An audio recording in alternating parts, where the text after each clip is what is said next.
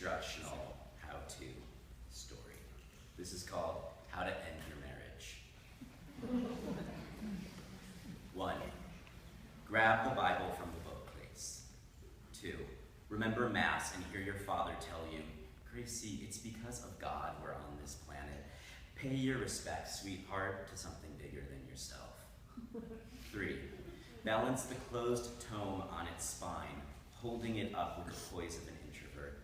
Look at the clock and wait until it strikes 3, and then 4. Let the pages fall. 5, so that they gain mass and become heavy, and are quite literally out of your hands. Their gravity like the weight of hearing that flat line of your father's passing through the thick cement walls of a hospital waiting room.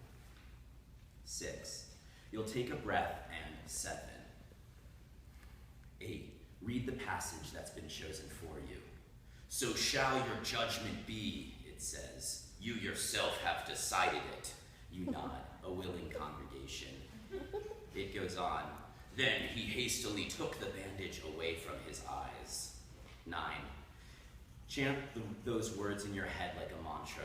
Let them lift you. And 10. Float through the study into the bedroom where you'll find your husband. Flick on the light. He'll flinch, burying his nose into a bed you haven't really ever slept in. 11. Pull out a suitcase and gather enough clothing for at least a week. You'll stay at Norma's, but keep that pulsing passage in your heart. Fold the garments carefully. It's dark and you will deal with the wrinkles later. 12. It's the middle of the night. He'll slur with sleep in his throat. You won't answer because it is not a question. 13. God, he'll say. Think back to all the 3 a.m.s you spent together.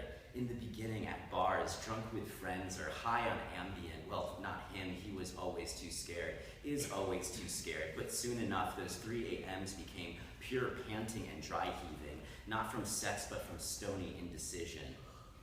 14. Find your passport. Grab your wallet. Hold back tears since this is not your father's funeral. This is just a leaving. 15. Close the suitcase. He'll whisper, what are you doing? Go back to sleep, you'll say, because it is a question. Briefly feel guilty. Realize this is how you felt when you handed off your father's eulogy to your less than capable brother. 16. Pick up the suitcase. It is heavy. You could use some help lifting it, but he'll just lie there. 17. Struggle down the stairs.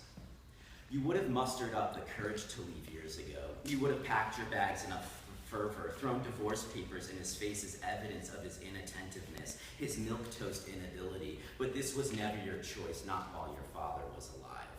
If he had known, he would have purged the glazed-over looks of your husband, expunged those empty stares directed towards long-legged waitresses, the ones with darker skin, with smoother lines, glossed up and sealed, like the wood varnish on the floor of the cathedral, instead of creeping out so silently in the middle of the night as if you are a woman who simply cannot decide. 18. You'll take a breath, and 19. 20. With suitcase at your side, shut the door of this tired mausoleum. Finally resurrected, know that Jesus' 3 blank days are nothing compared to missing a man you loved in lieu of a man you would have loved to miss. Thank you.